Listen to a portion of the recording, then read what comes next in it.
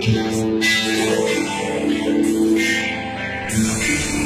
to the Shreveport Connection with Tommy. This video is on your SmackDown results and 205 Live. March 26, 2019. First we got birthday. Okay, from the 26th, we got birthday. Superstar, former superstar, WWE superstar, Sylvain Grenier turned 42 years old, while WWE Tag Team Champion Mike Mondo turned 36. Birthdays on the 27th, Charlie Haas, 1972. SoCal Val, 1986. On the 27th, Mr. Perfect, 1958. Umaga, 1973. Warlord, 1962. Mustafa Ali, 1986. Michael P.S. Hayes, 1959. Birthdays on the 30th, Mike IRS Rotunda. Who's the father?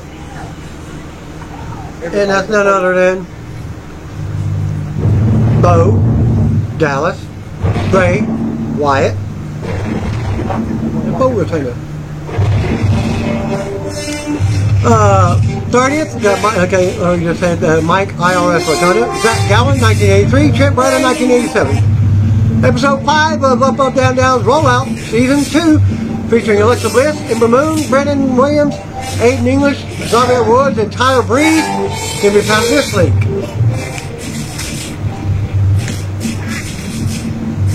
Ring announcer JoJo took to Instagram today and announced that she is expecting her first child in June, a son named Nash.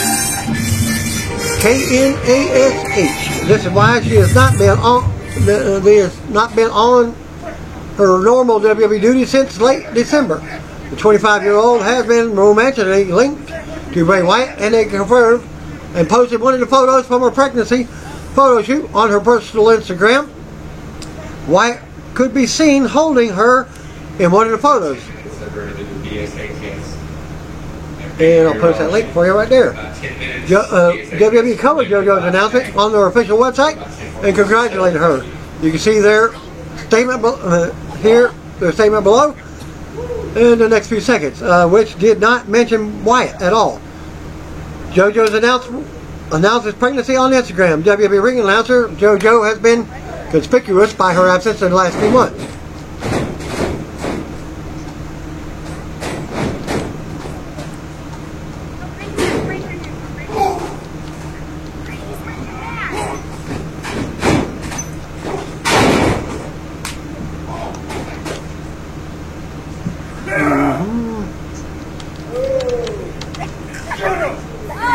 What? It's revealed why on social media Wednesday afternoon. She's expecting, in an Instagram post that also included pictures of her baby bump. The former Total Diva star also revealed she will be having a son in June and has decided to name him Nash. Check out the post at that link. I just showed you, and you can comment on them and congratulate her yourself on her Instagram post. It was confirmed that this week Joey Ryan, Thunder Rosa, aka Cobra Moon, Ivelisse Velez, and El Hijo del Fantasma, King Cuerno, were released from their Lucha Underground contracts. Well, where will they be heading next? Now, speculation on King Cuerno possibly going to WWE in the near future. Dave Meltzer noted on Wrestling Observer Radio that Cuerno had an offer from WWE at one point. No word yet on if WWE still has interest in the former AAA World Cruiserweight Champion, but it was assumed that the offers are still stand. Cuerno was reportedly offered a spot in the WWE Cruiserweight Classic back in 2016, but Lucha Underground and AAA will not allow him to enter. Regarding Velez possibly coming to WWE, Meltzer noted that she has had behind-the-scenes issues with people in WWE in the past, which is why she's not there now. There's no recent talk of Velez possibly returning to WWE either. But that could change as WWE looks to sign as many talents from the indie feds as they can. She was signed to a WWE developmental deal from 2011 to 2012, working under the name of Sophia Cortez.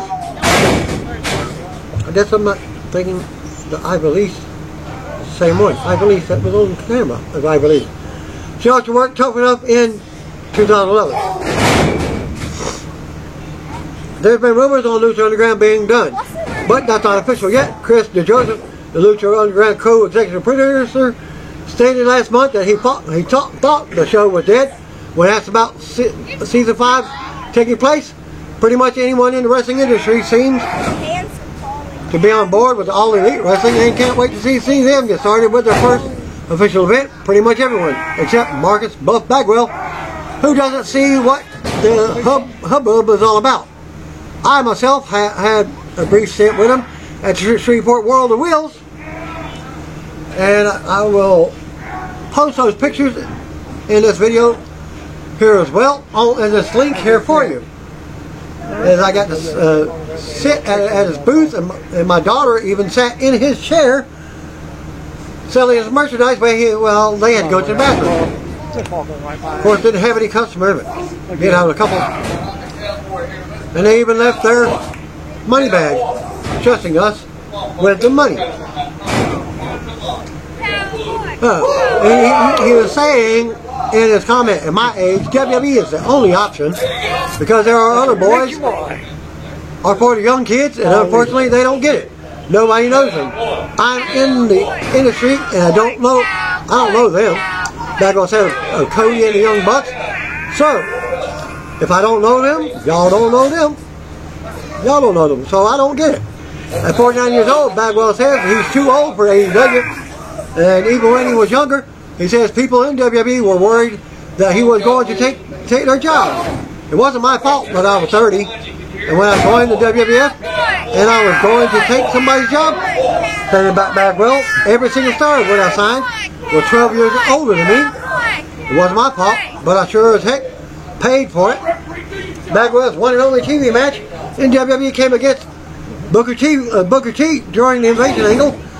He says that the match taking place in Tacoma, Washington instead of Atlanta a week later stifled any momentum that he had. That poor match, along with confrontation from Shane Helms, led to him being fired a week after his WWE debut. Bagwell said his backstage reputation also played a part in his release to the point where he started bringing his mom with him on the road while in WCW. And there was a lady traveling around him, traveling with him, and she wasn't that old.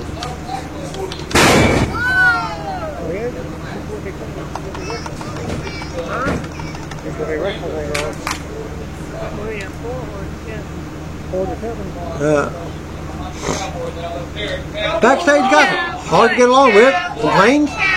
My mom, when she started coming up on the road with me, they thought he was acting up. Obviously, Bagwell said before adding that his mom was with him to monitor him, even though he wasn't doing anything wrong. She realized one day that her son was doing everything right, and still, it wasn't just rules in WCW. One of those WCW rules was a white box that had all talent had to enter a code into document their arrival at each show. If you don't check the box before 12, you got fined $500. The second time, $1,000. The third time was, I think, fired. Do y'all really think us being late is our problem? Asked Bagwell. Bagwell said the white box became a headache for all the WCW talent and affected the morale of everyone. White box, half a shoebox? Bagwell said about the box. At any time there was a line of $10 million worth of talent waiting to put the code in so you didn't get fined off your check. That's a true story, and Lex Luger and Goldberg and everybody would go to that little box and everyone checked in.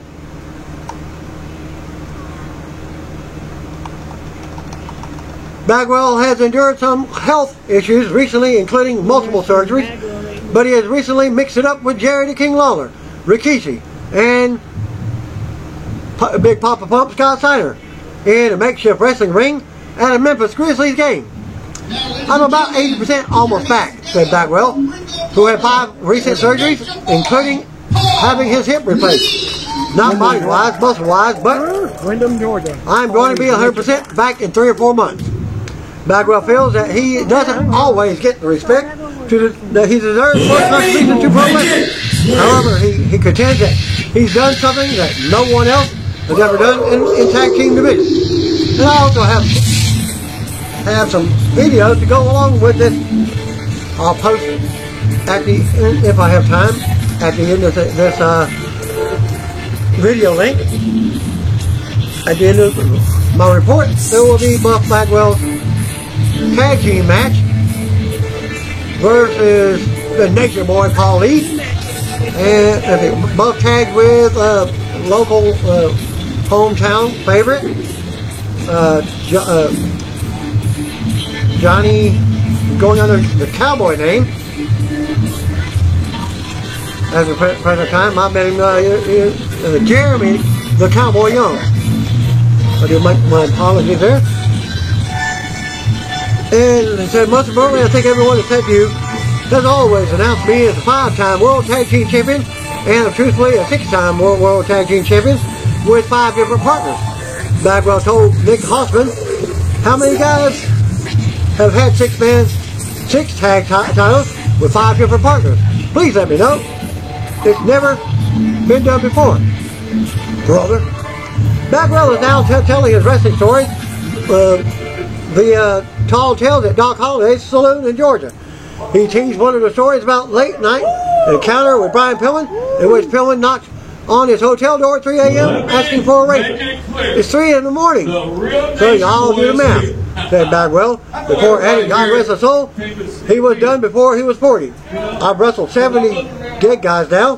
Bagwell uses that backdrop to set up his on-stage routine and to detail everything he's been going through in the wrestling world. He says his comedy routine is unique and not something that even the best comics in the world could replicate.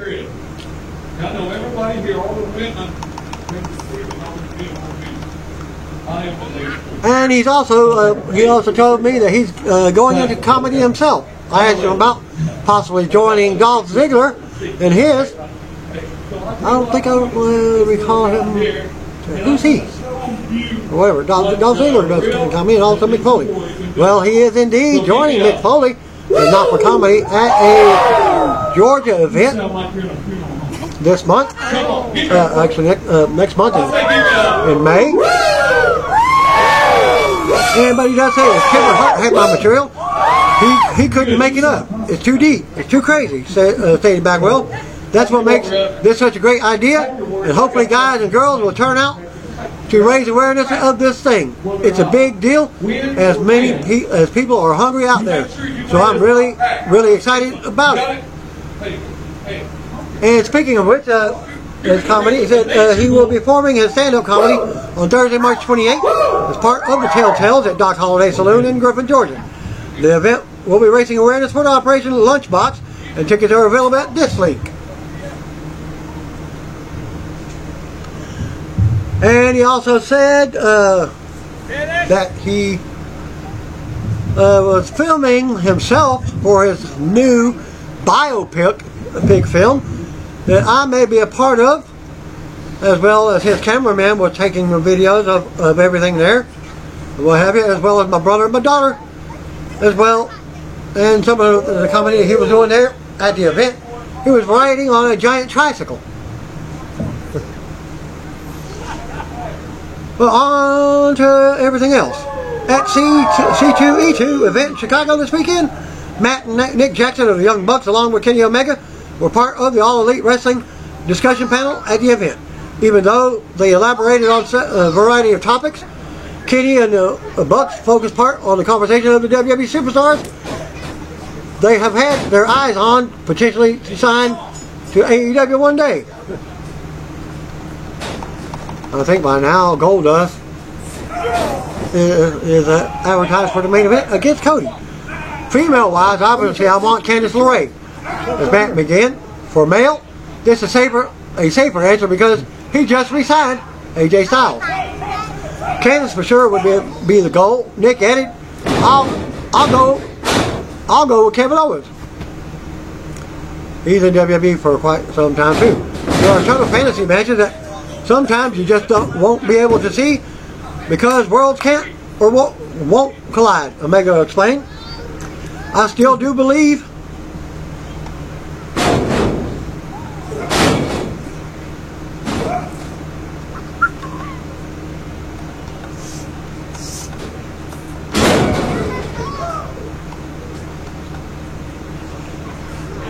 in a future where they will collide.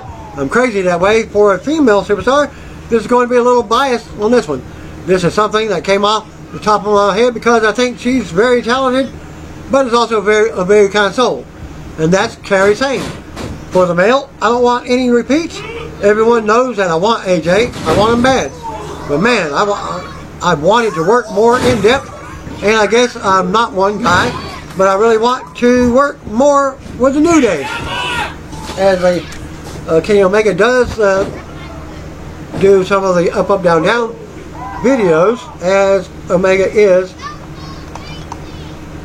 Omega Man X on Twitter, as well on the gaming scene.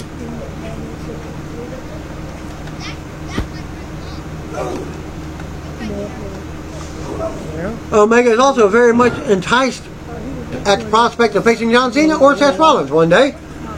Believes that the synchronization of the two stars that want to be the very best in what creates the most inspiring magic inside the squared circle. If we're talking about fantasy opponents and all that, I don't know. I really want to wrestle guys like John Cena or Seth Rollins, Kenny said. These guys have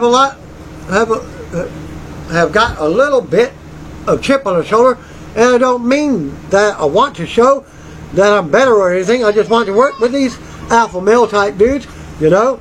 I want to work with these guys that really think that they are the best. Guys that have shown that they maybe are in the conversation.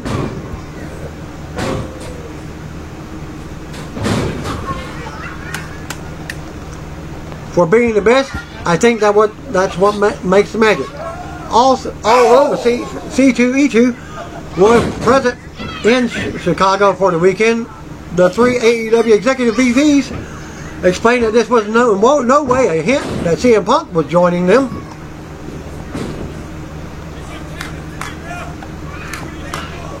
However, the Bucks made it clear how welcome Punk is to the promotion. I wish we were signing CM Punk, Nick said. I love CM Punk, Matt continued.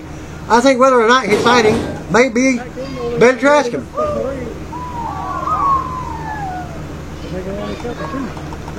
AEW's next show, Double or Nothing, takes place on May 25th at the MGM Grand Garden Arena in Las Vegas. David Arquette seems to still want to prove himself in the wrestling business, as he has signed on to that event as well, especially to Mr. Anderson, formerly Mr. Kennedy in WWE. Anderson shared a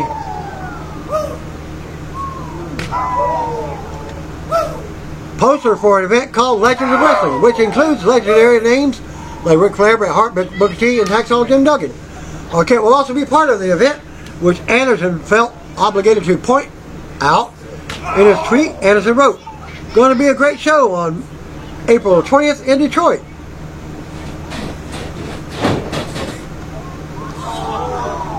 A cornucopia of wrestling legends. And David Arquette, the guy who killed WCW, GTFO.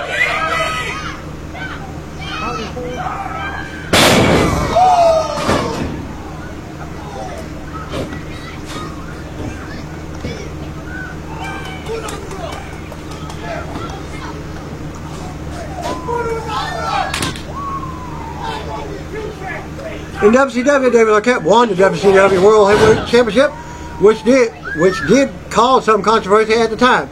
Several wrestlers during that time were not happy. Arquette previously admitted now he's taking the sport seriously and made his debut for Championship Wrestling from Hollywood on July 15th, 2018, last year, where he lost to RG City.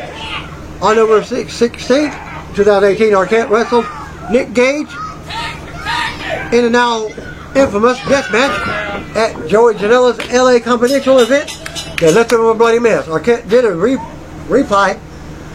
reply back to Anderson. He wrote, "Thanks a lot, Mr. Anderson. Didn't you help kill TNA?" He also called out Anderson for being in the film industry. He posted photos of the movie Behind Enemy Lines, Columbia, which Mr. Anderson starred in 2009.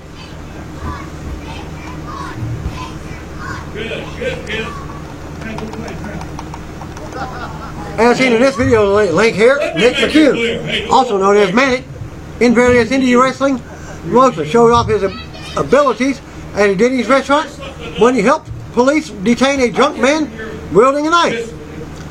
At the local Denny's in Altoona, Pennsylvania, McCune held down a suspect while backup officers arrived on the scene to make an assisted arrest. As this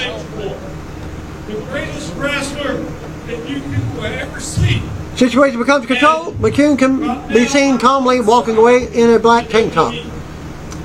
"I was overly hungry. I wanted to get my food," McCune told Fox News. A wrestling fan was upset, so I sat down with her to try to figure out what's going on. Redneck town here in Louisiana, only to be disrespected. That's right. She said there was a guy back there that was calling her all kinds of names and threatening her, so she was texting everybody asking them to get there because she didn't want to leave. She asked the manager, he asked the guy to stop, but she still didn't feel comfortable. WTAJ later reported that the man being detained was a 31-year-old Richard Hart. McCune arrived at the Waffle House after he had left a pro wrestling event, and it was there he told fans that were reportedly being harassed by Hart. Police were contacted when Hart brought up the fact that he had a knife. Yes, yeah, I know. Because you know why? They felt smart, you bum.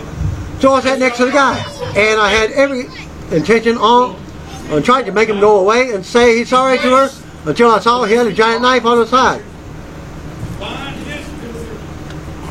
As McCune explained. So I sat there for a couple of seconds, and then the manager came back over because the guy was ranting and rambling. He told him if he didn't stop, he'd have to leave. That's when the guy grabbed a hold of his knife, but didn't pull it out. But he grabbed it and told them if they wanted to kick him out, they'd give them a reason to kick him out. McCune then said that this was his cue to call the police. And officers responded in a matter of minutes to escort Hart outside.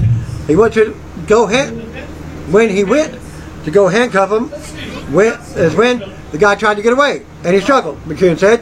So that's when I went outside and tried to help the cops. I never dealt with a guy with a knife before, but my wrestling training definitely came in handy. Police retrieved the knife and placed Hart in custody, upping the charges to aggravated assault of an officer and terroristic threats after being reportedly also threatened to shoot the officers.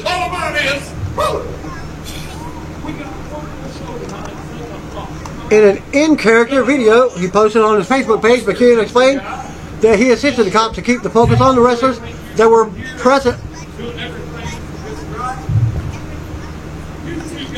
at the local Denny's.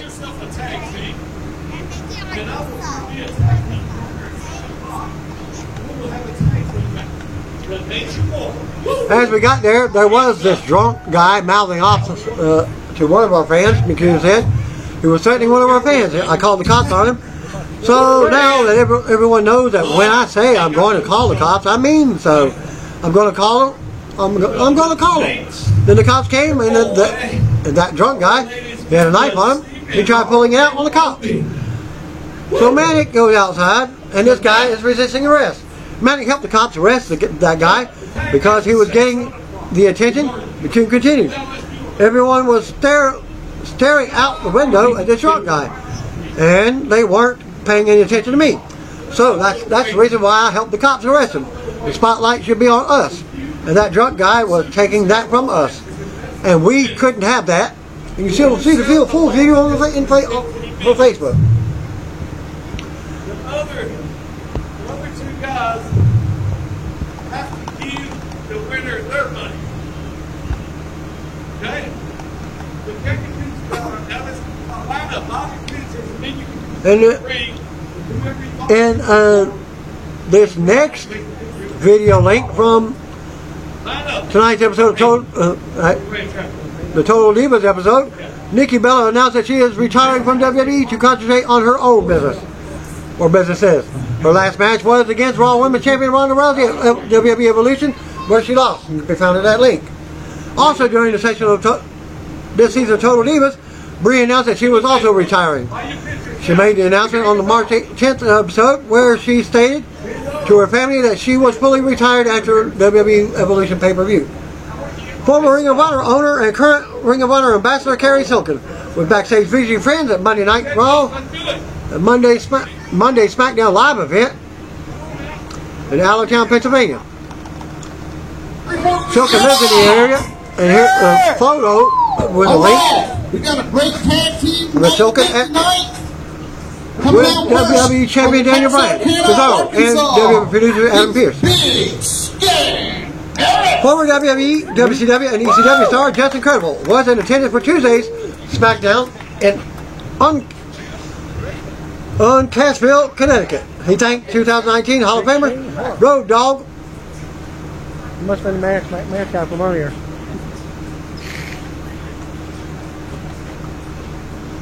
On Twitter, possibly for the tickets, and apparently watched most of the show from the crowd. Credible just launched his I Hate This podcast this week. No show, I gotta take his place. And photos from the SmackDown, this link. Talent Match Wrestling has released a rare indie match with wrestling veteran Chavo Guerrero Jr., the former WWE Tag Team Champion, ECW Champion, and WWE Cruiserweight Champion.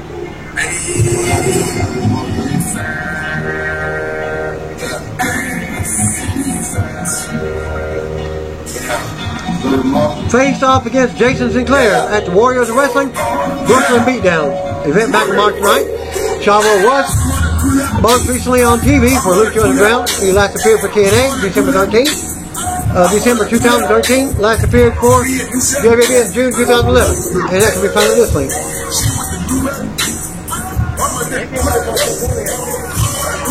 Ticketmaster pre-sale for 2019 Survivor Series pay-per-view is going on with Passcode Survivor. Remaining seats range from $85 to $400. Tickets are on sale to the general public. Survivor Series will take place on November 24th at Allstate Arena near Chicago in Rosemont, Illinois. The local advertising has 505 traditional Survivor Series, which is your spoiler for Survivor Series and your Superstar Shakeup as well.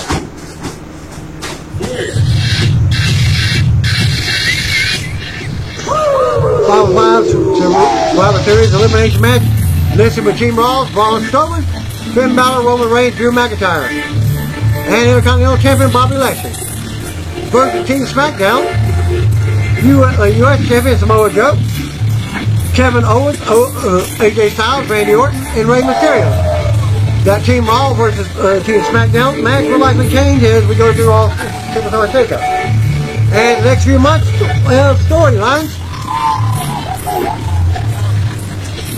And I think I have a picture of it. I'll post it there for you.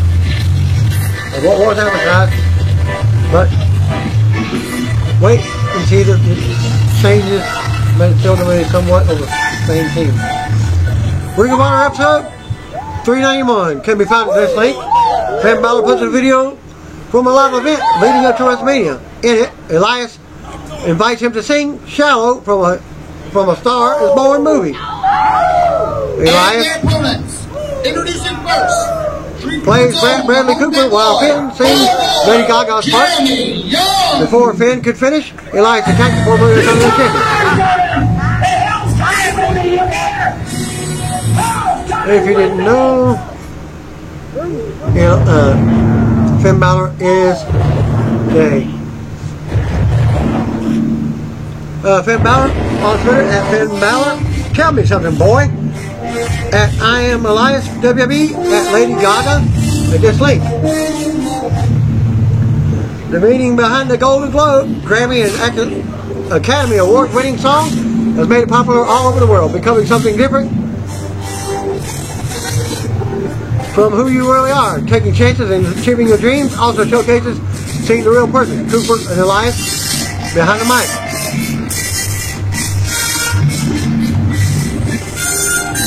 WWE uploaded an extended version of the video of this link.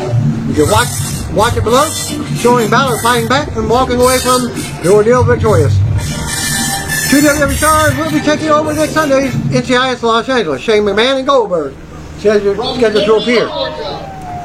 Previously reported that Shane was attached to the program but not WWE Hall of Fame. Episode searching begins at 9 p.m. with following synopsis. Department of Justice, DOJ, Agent Lance Hamilton, Bill Goldberg's part, asks staff for assistance in locating a former U.S. Border Patrol special officer who disappeared.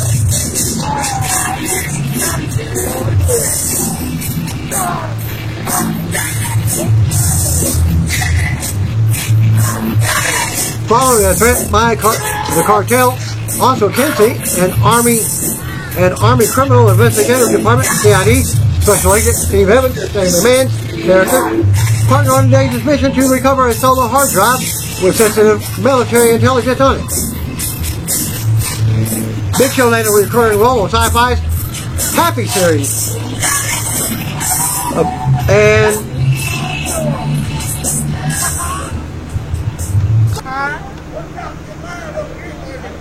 supposedly I didn't get the link, but it starts at Wednesday at 10 p.m. Eastern Time, 9 p.m. Central.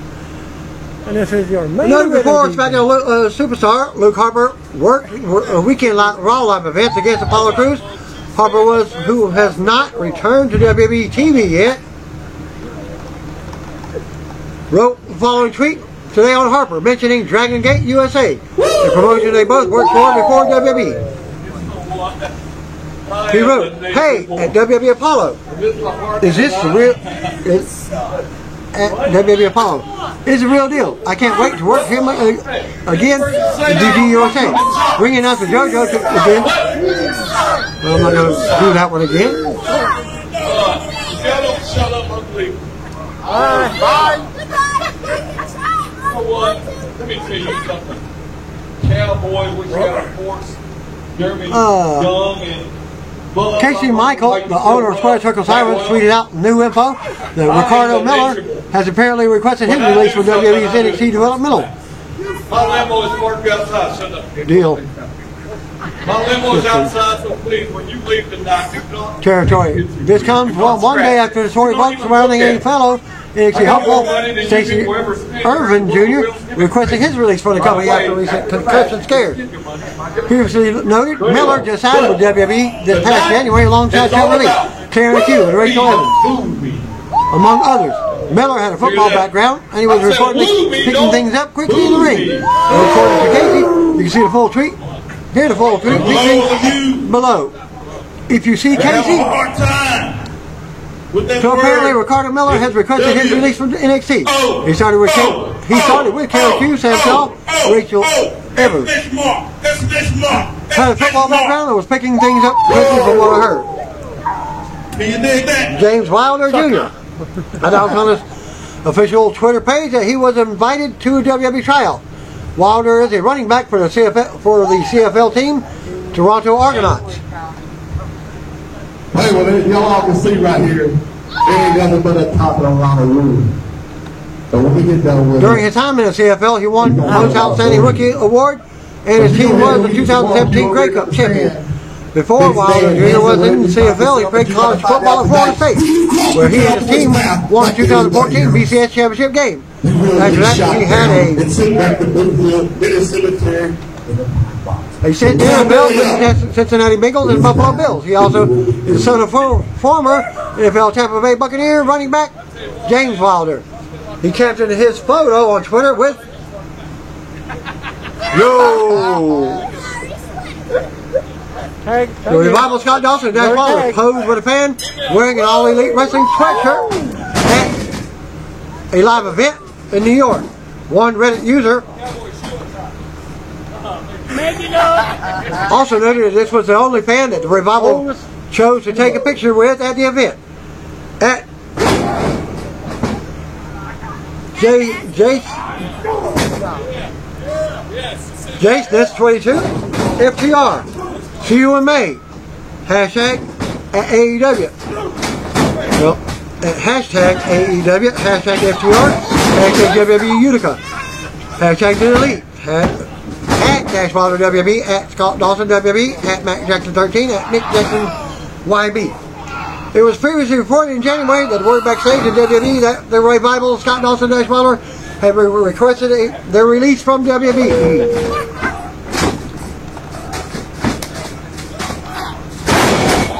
Nearly a month later, the duo became WWE World Tag Team Champions for their first time. Further speculation about the Revival wanting to depart from WWE dwindled. A recent interview with Mirror Online, Dash Waller explained that the previous rumors about the Revival's request to be released weren't 100% true.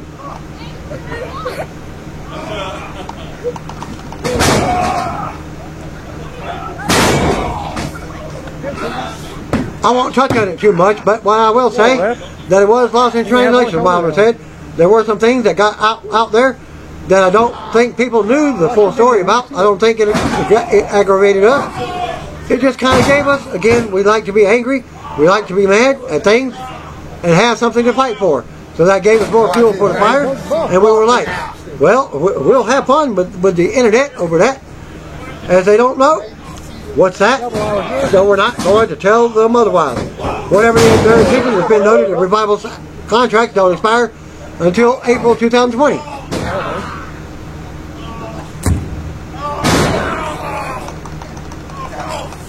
Didn't get any Dark Match Pirates SmackDown, but here's your results. SmackDown opened up live from Mohegan Sun Arena in Uncasville,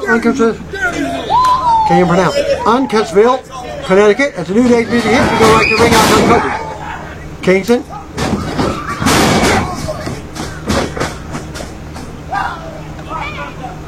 Big E and Xavier Woods. Tom Peddles welcomes us to the show. Joining mature Corey Grace Byron Saxon.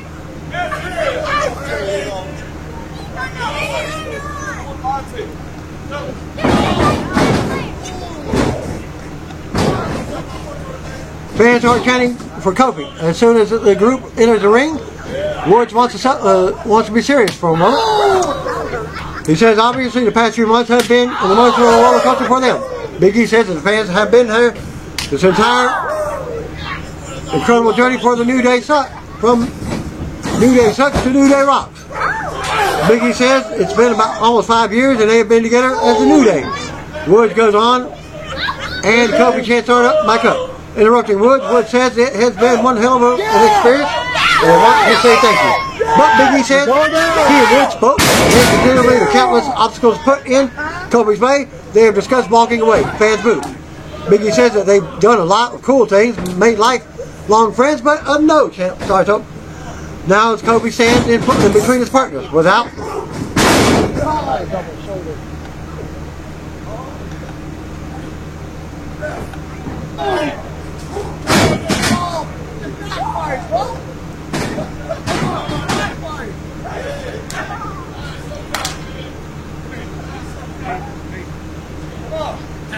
and Mike and Wood says that what has been hard about it is all seeing how thoroughly Kofi has been treated. Wood then says it's not just recently, it's for the past 11 years. They go on about how Kofi stands for the power of positivity. Big E says Kofi does not know the word quit. Wood says they know that they need to make a decision, but they can't make that until they get some answers. Unfortunately, the person who has the answers is Vince McMahon.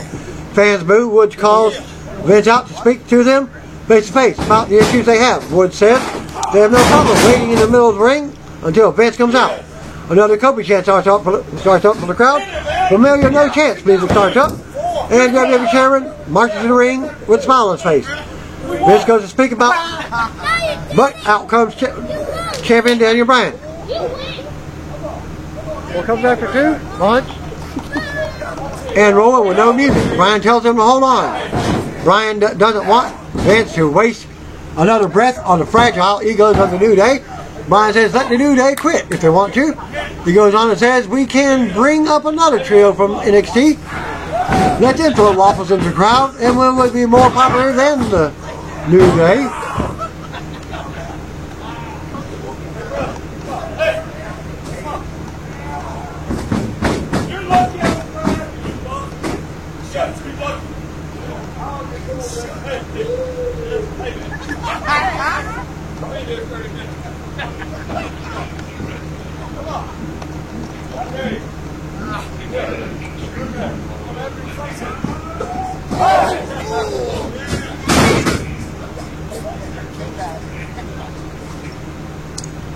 Cowboy.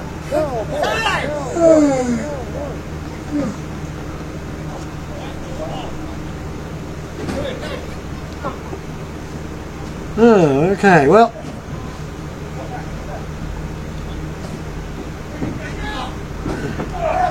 No tag.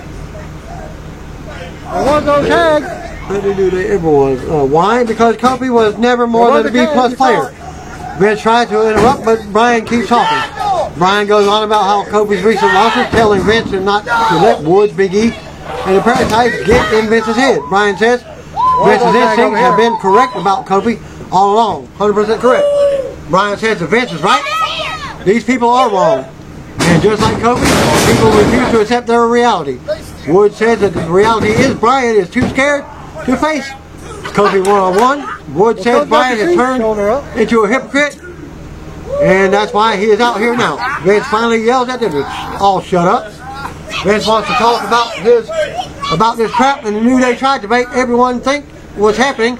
He mocked them for talking of quitting. The talk of quitting.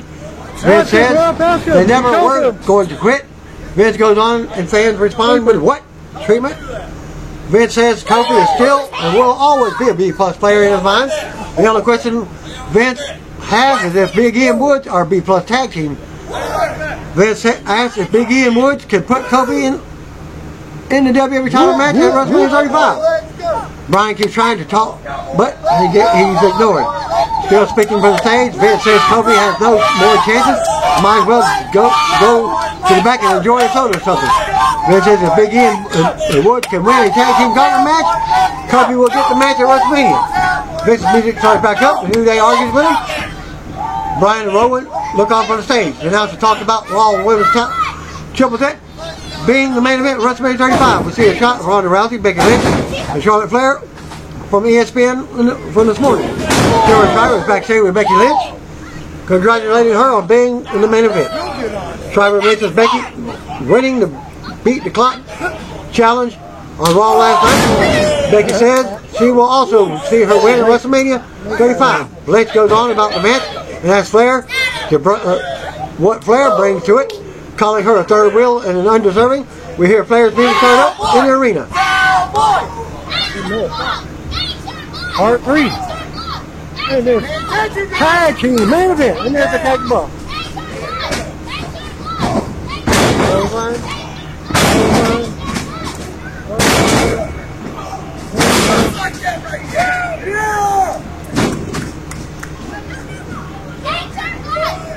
Knock it.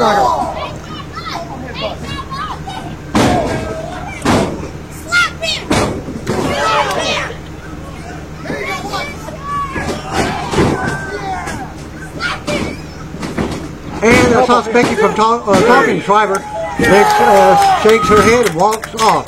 We cut to the arena as Flair comes walking down the ramp. Flair says she's about to show everyone how undeserving she really is.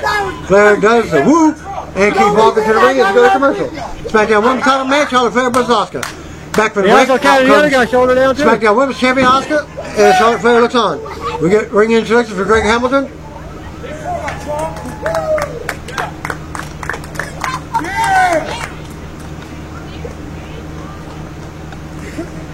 I'll tell you what.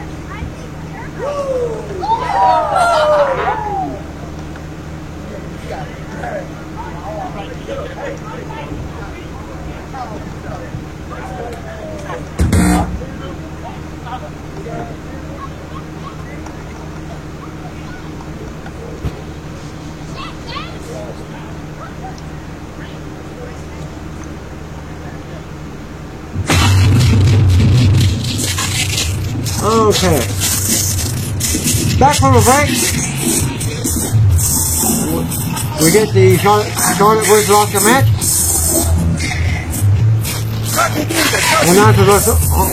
The announcers are surprised that this is a title match now.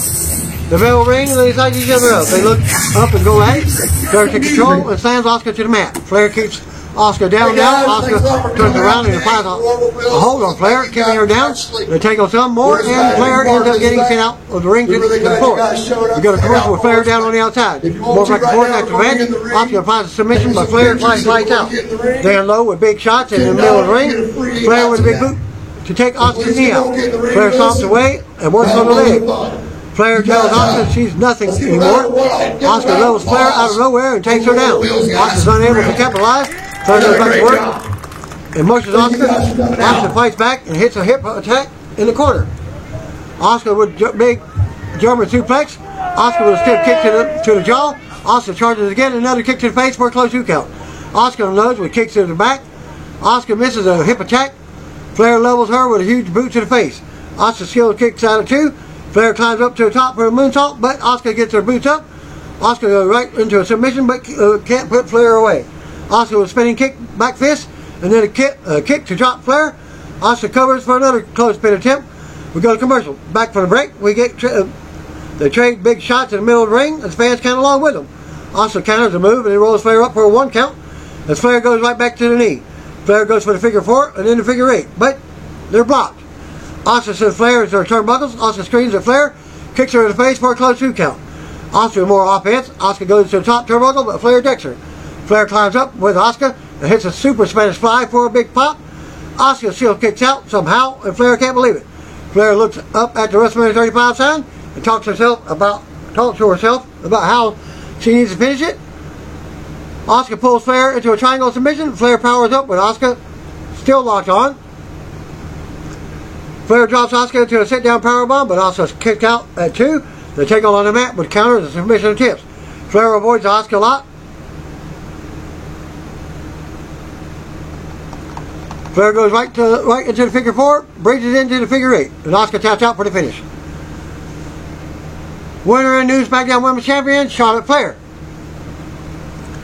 After the match, Flair takes the title and gets emotional as her music hits. Flair sits up on her knees and clutches the title as we see WrestleMania.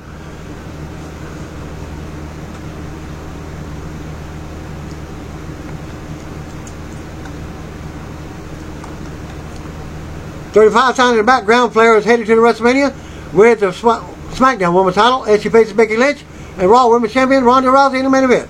We go to replays. Flair stands tall to cheers. Raising the title in the air, Asuka looks on from the corner, still down on the mat. And that's the hype tonight's tag team gauntlet match with the New Day.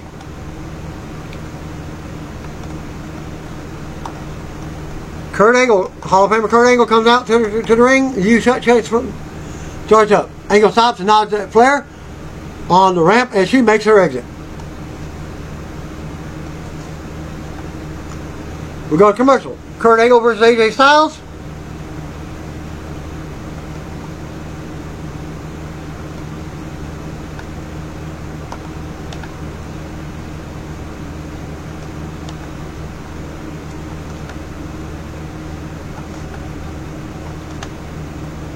Back from the break, Sarah Schreiber's backstage interviewing AJ Styles, asking about tonight's match with a farewell tour of Kurt Angle. Also mentioning his own WrestleMania 35 match with Randy Orton. AJ says he's honored to be Angle's last opponent on SmackDown. A very privileged to have been part of Angle's career, and proud to be in the ring with Angle tonight. AJ says he's not taking Angle lightly tonight.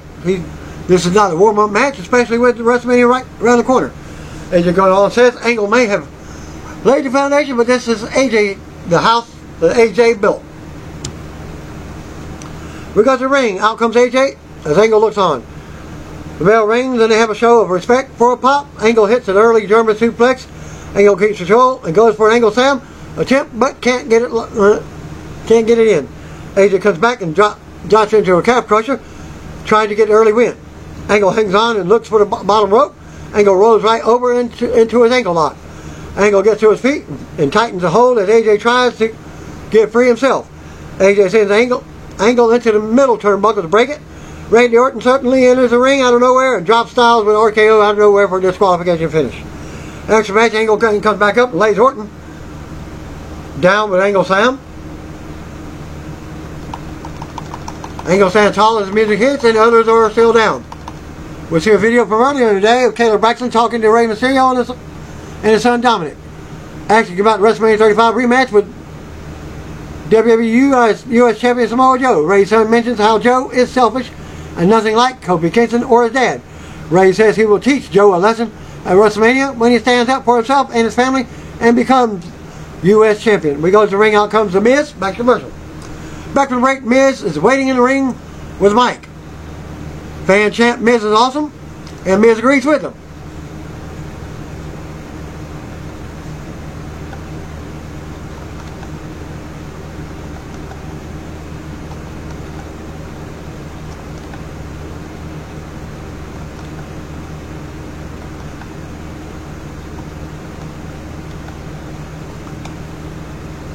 Okay.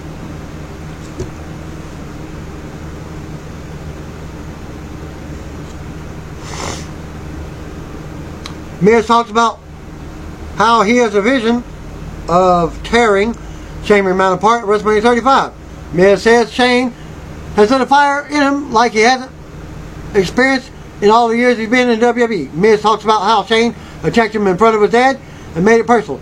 Miz wants to make sure everyone in the world sees him decimate Shane. He wants this to be a Falls Count Anywhere match. Miz goes on until the music interrupts and out comes Shane's own security team. The Colognes, Shelton Benjamin, and Sanity are out to stand behind the security team. Shane is out last, speaking from the stage behind both groups of protection. Shane has Hamilton re-announce him as the best in the world. Shane says security is out here for Miz's benefit to protect him from Shane.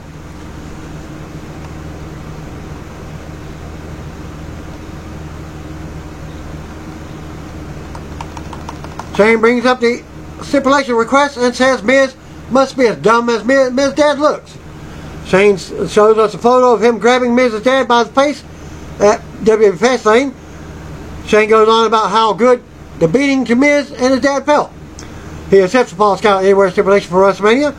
Shane regrets not doing more harm to Miz's dad and punishing him for the spawning of a Miz take. Shane says that's when he impregnated Miz's mother. Miz rushes the ring and tries to fight through security. Miz takes him out, but the heel superstars are waiting up the ramp. A guard comes from behind, and Miz drops him. Miz starts brawling with the superstars down. He takes out the Colognes and Shelton, but Sanity triple teams him at ringside. Eric Young barks as Killian Dane and Alexander Wolf launches Miz into the barrier. Miz eventually fights back and takes everyone out as Shane watches from the stage. Shane retreats to the back as Miz stands tall for a pop. And now to show us tonight's opening segment with a New Day and Vince McMahon. Kofi will earn a WWE title match if Big E and Xavier Woods can win a tag team gauntlet match. And now to also look back at Charlotte Flair's big title win over Asuka. We'll see a video from last night's Raw where Braun Strowman and Alexa Bliss talked to SNL's Michael Chi and Colin Jost live by satellite, not on a moment of bliss segment, where Jost and Chi were announced for the 6th annual Andre the Giant Memorial Battle Royal WrestleMania. Tag team gauntlet match, your main event, is up next.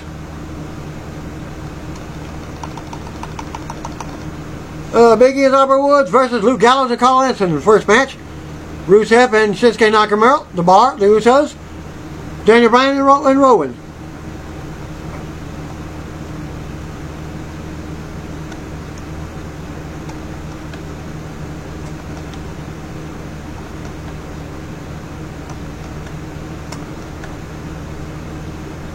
We go to the ring, out comes the New Day, Big E and Xavier with Kofi. Kofi heads to the back as Big E and Woods head to the ring. We go to commercial, back for the break. Out comes Luke Gallows and Carl Anderson. Tom says Kofi is banned from ringside for the entire gauntlet match. Woods and Anderson go ahead to start the match. Back and forth for a few minutes. Big E comes in and they hit up, down, down, double team move to get the easy elimination on the Good Brothers, pinning Anderson. Out next comes the second team, Rusev and Shinsuke with Lana. We see the Hardys, Rey Mysterio, Becky Lynch, and Kofi backstage watching. Together, as the match, and Nakamura starts with Woods. Back and forth start. Nakamura turns it around and unloads on Woods with strikes. Nakamura drops Woods out of the corner and covers for a 2 count. Rusev tags in and mounts Woods with big strikes, and as Lana cheers him on, Rusev tosses Woods out of the ring in front of Lana. Back to commercial. Back for break. Rusev unloads on Woods in the corner with a shoulder thrust. Nakamura comes in and delivers some good vibrations.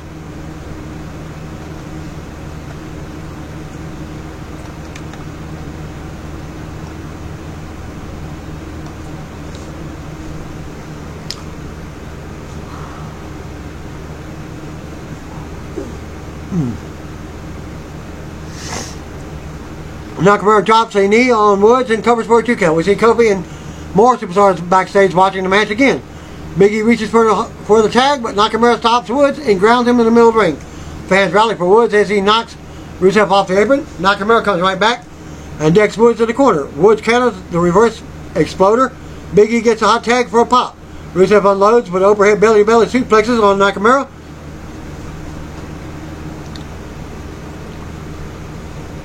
Big E gets up as he stands over Nakamura and dances. Big E runs the ropes and hits big splash. Fans cheer for the New Day as we see Kofi and friends chanting along backstage. Big E ends up sent to the floor. Rusev grabs him, but Big E counters, sending Rusev into the steel steps. Kofi is getting hyped up backstage. The referee is distracted by Rusev in the ring, allowing Nakamura to deliver a cheap shot. Nakamura goes on and drops Big E with a big suplex. Then a running shot to the face. Woods makes a save.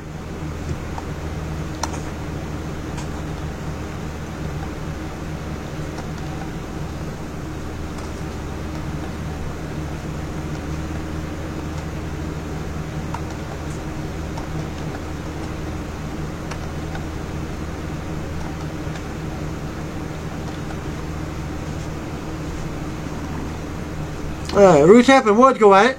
Woods sends Rusev through the ropes to the floor. Woods runs the ropes, drop kicks Rusev through them. Nakamura takes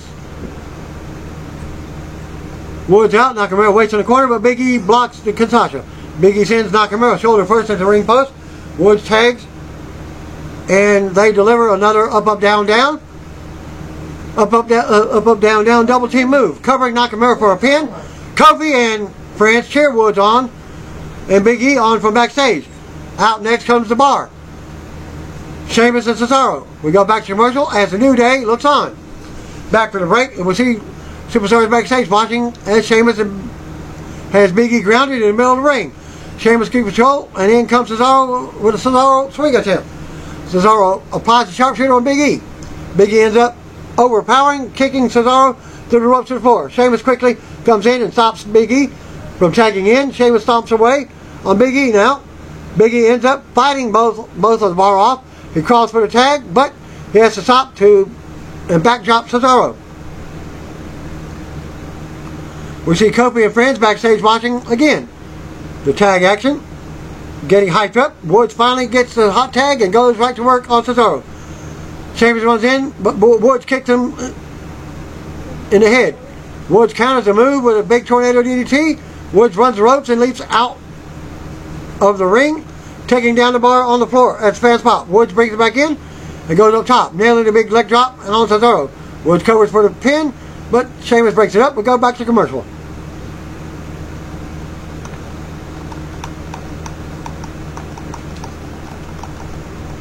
Back for the break. Bar is still in control of Big E. Sheamus kicks Woods off the apron. Sheamus ends up going for a bro kick, but Big E turns it into a big power bomb for a pin attempt. Woods tags in and Cesaro comes in. More back and forth between Woods and Cesaro. The chaos leads to Woods rolling Sheamus up for the pin and the next elimination. Kofi's group backstage is much larger now, and they're all celebrating the pin. The Bar attacks Woods and Big E after the bell, focusing on where they're hurt. Cesaro brings the table from under the ring. And Tom says the New Day has been in the match for over 23 minutes. They bring the tables in the ring and Big E gets driven through it. Next tag team out, the SmackDown Tag Team Champions Usos. Jimmy and Jay, all Uso hit the ring while Big E is still down on the table debris. Woods stands in between them. Uso takes the mic and talks about how Kofi deserves to fight for the WWE title. Part 2, SmackDown. conclusion. Fan chant for Kofi now. The Usos say that the New Day has already earned our respect. Kofi has earned respect from everyone in the locker room and the fans. Usos wish the New Day good luck and announce that they are forfeiting their part of the gauntlet.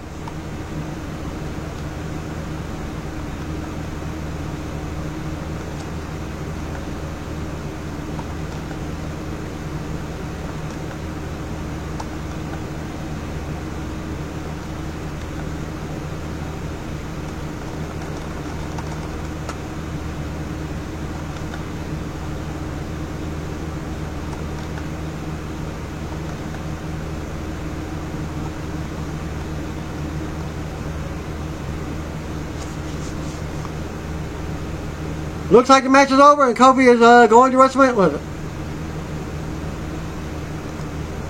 Going to WrestleMania 35. Camera cuts backstage to Daniel Bryan and Rowan in their locker room. They're furious as they start destroying everything. We'll go to commercial. Back for the break, we see trainers checking on Big E and Woods in the ring. It's announced that the New Day must face one more tag team in the gauntlet. Music hits, out comes Daniel Bryan with Rowan. They immediately attack and start destroying Woods and Big E. As Woods is laid out at ringside after having his leg wrapped around the ring post, Tom says that they have been in the match for 33 minutes. Bryan brings it in the ring and goes at it with Big E now. Big E nails Bryan and clubs away on Rowan, who was on the apron. Big E tries to reach Woods, but Bryan stops him and applies a half-crab submission. Bryan yells at Big E to give up, tightening the hold.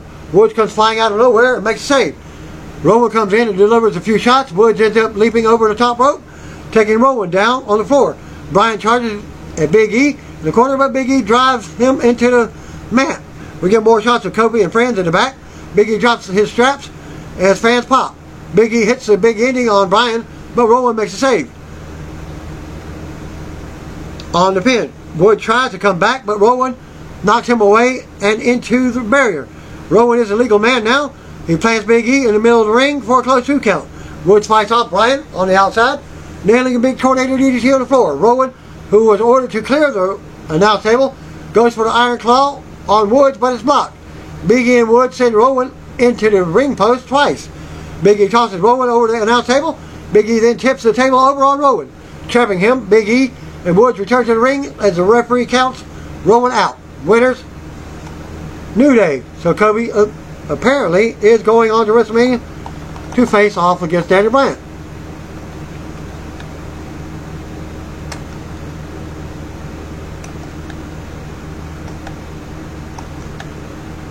After the bell, Hamilton officially announced that Kofi is going to WrestleMania 35. New Day's music hits and Kofi runs down to the ring from the back for a celebration with Woods and Big E. Fans start chanting Kofi's name as we go to replays. Kayla Braxton approaches Vince McMahon backstage and he's getting into his limousine. She mentions the New Day winning their gauntlet match and he said it was impressive. She asked Vince if this means Kofi is going to WrestleMania and he said it does.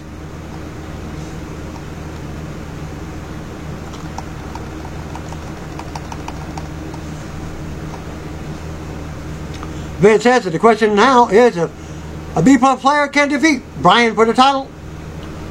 Vince says goodnight and gets in the limousine.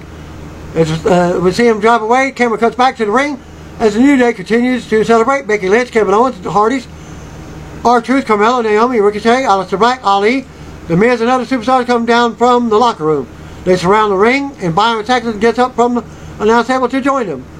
The superstars surround the ring, shake the ropes, and beat on the apron to cheer Kofi on. We see Bryan down on the outside against the barrier and clutching the WWE title as he looks on at the celebration. SmackDown goes off the air with the New Day celebrating. 205 Live results are next.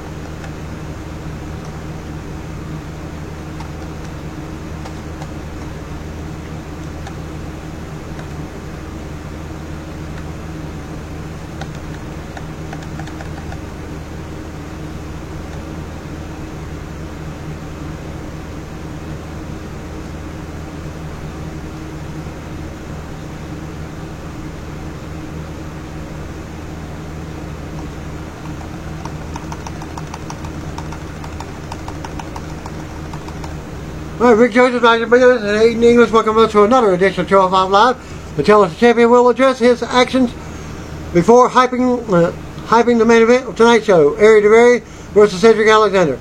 Lucha House Party is on their way out for the first bout of the evening. Kalisto grabs the microphone and pumps up the crowd, screaming, "It's Lucha time!"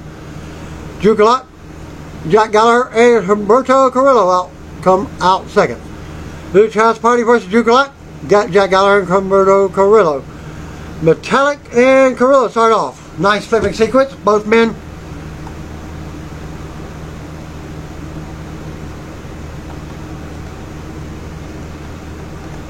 Metallic with an arm drag. Carrillo responds with locking up with a wrist lock, but Metallic escapes. Back and forth. It ends with a double flip stare down. Gulak tags in, angry at Carrillo for using too many high risk moves. He gets sent to the outside. The entire Lucha House Party fake a suicide dive and pose in the ring. Quick tags from the Lucha House Party that target Gulak's left arm with strikes of the top rope axe handle.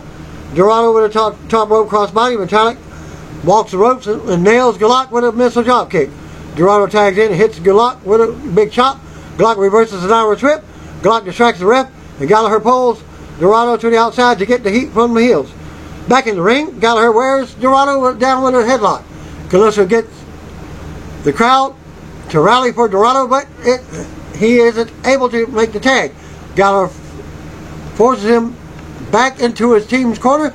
Gulak comes back in, slamming Dorado to the mat and running through him with a lariat. Dorado tags in Metallic, but Gallagher is able to slow down his offense by pulling back Metallic's hair.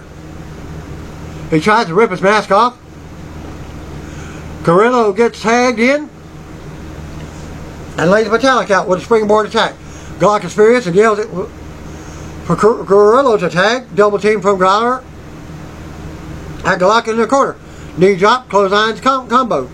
Gulak with a rear chin lock. Metallic gets to his feet, but Gulak clubs him back to the mat. Carrillo comes back in. Corner lariat, basement drop kick. Quick tags from the heels. Metallic hits a handspring.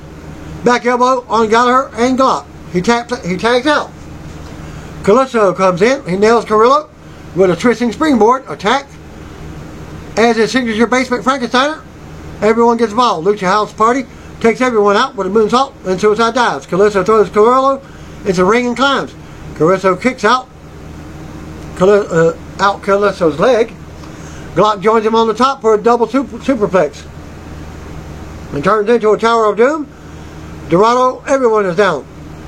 The Tower of Doom. Headbutt from Gallagher, super kick from Metallic. Shooter star press from Dorado, everybody is down. Kalisto charges Carrillo in the corner. Carrillo gets to his feet and knocks him down. He goes for his finisher, but Gulak tells him to get down. They argue. Kalisto goes for the Solidaro Cell off of Gulak onto Carrillo. Lucha House Party wins. As they celebrate afterwards, Gallagher, Gulak, and Carrillo argue in the ring. Backstage, Mike and Maria Kanellis are being interviewed backstage.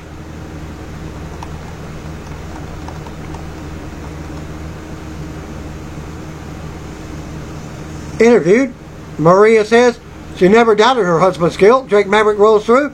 He sarcastically says that he's impressed that Mike was able to use his wife to earn a victory, and that he had to save him from an angry Tozawa. He then sets a rematch between Kanellis and Tozawa for next week. He tells Maria that Tozawa will be accompanied by Brian Kendrick.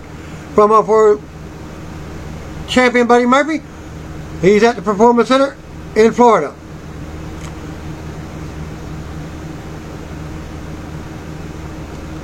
He states, which he states is for Tony Nese's safety. He calls Nese the basic model of what a cruiserweight wrestler is, but I'm a hybrid. Murphy guaranteed that Nese will disappoint. Nese shows up from behind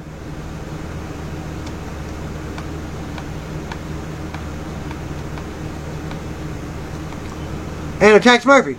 They brawl until they're pulled apart. Nese screams at Murphy, "Yo, nothing until I brought you to your 205 Live." Commercial for NXT for later in the week, where Dusty Rhodes Classic Finals will take place. It's main event time. Akira Ari Daivari was out first, followed by Alexander.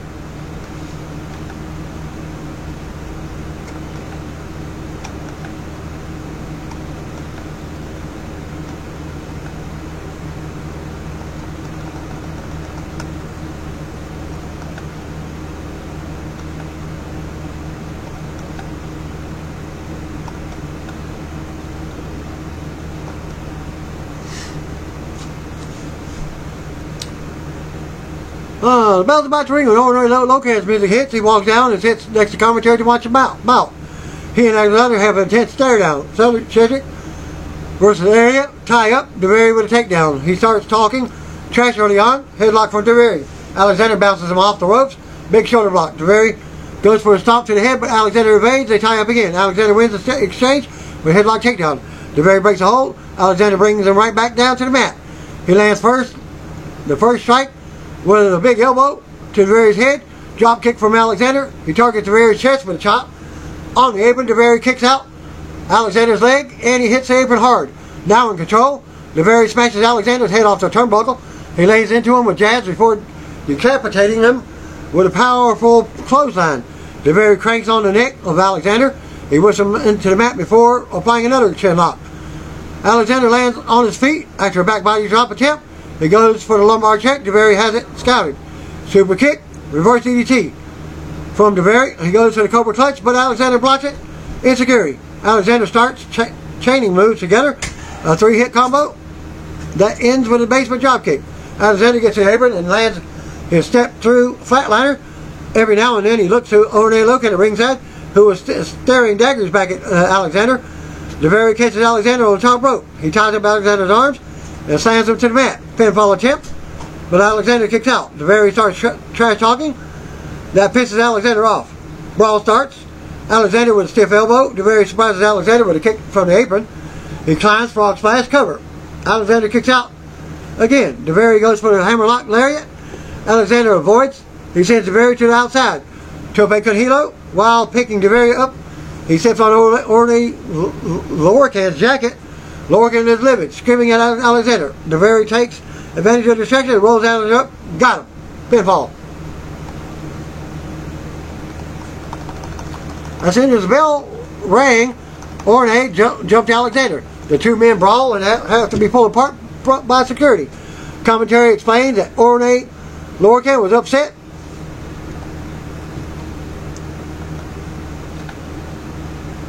about his loss to Alexander in the championship tournament. Lorcan lands a cheap shot before the rest finally pull him off. Alexander is on the ground looking stunned. That's the show. Dark main event after 205 Live in Uncasville, Connecticut at the Mohegan Sun Arena. Saw Becky Lynch versus new SmackDown Women's Champion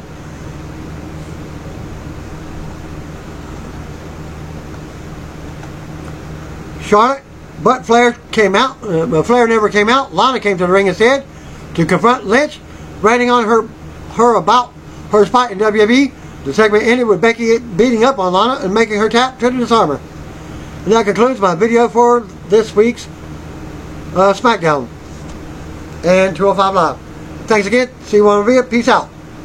You don't know? Just call me, brothers and sisters.